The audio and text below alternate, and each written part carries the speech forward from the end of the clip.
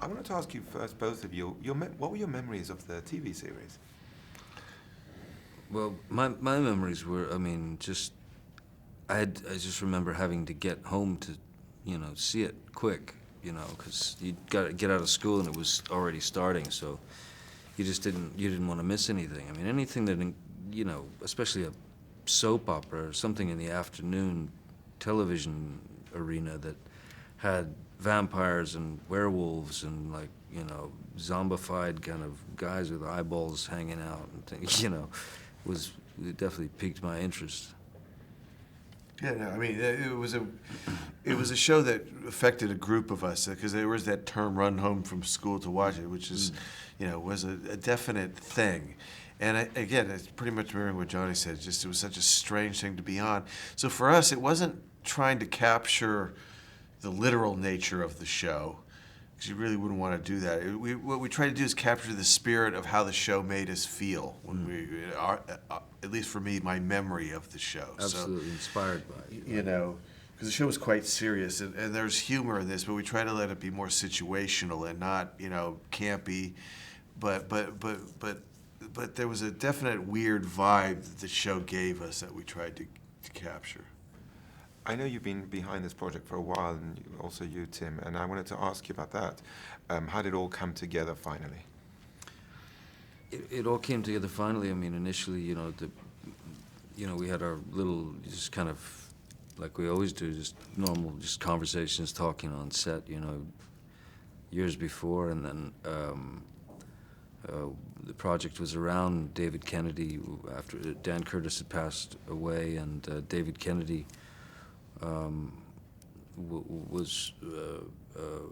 we were talking about developing it, my little company on Infinitum Nile, and then Tim and I got together and we started talking about it, and one thing led to another, and Tim found Seth, brought Seth in, and then we just started riffing on the possibilities of what could be and the focus of the thing, and it just took off. It was and it was really pretty quick at that point. Yeah. Once, projects I find over the years, they take many years. Even once you start talking about it, no matter what happens, it takes several years. But you're working on other things. But the tone was a strange one, so that's something that we were very kind of mulling over and thinking about for a long time.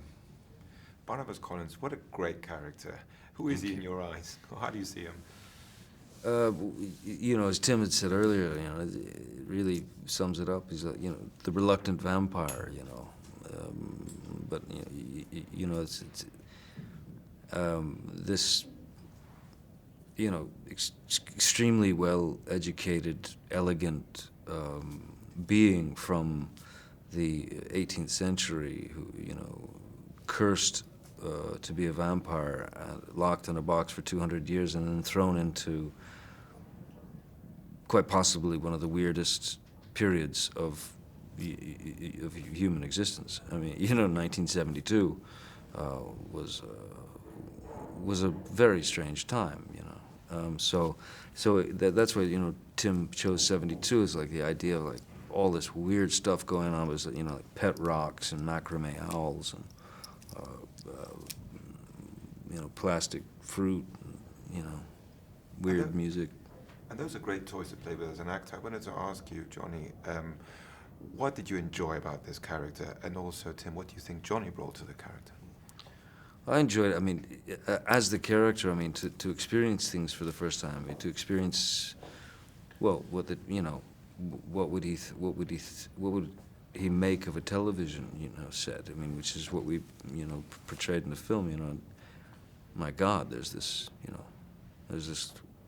little woman inside this box, and she, this is some kind of strange magic. I have to get her out of there. Or seeing a lava lamp and thinking it's a pulsating blood urn. That was the fun of the character. Just being able to experience these things that we accept as everyday kind of normalcy.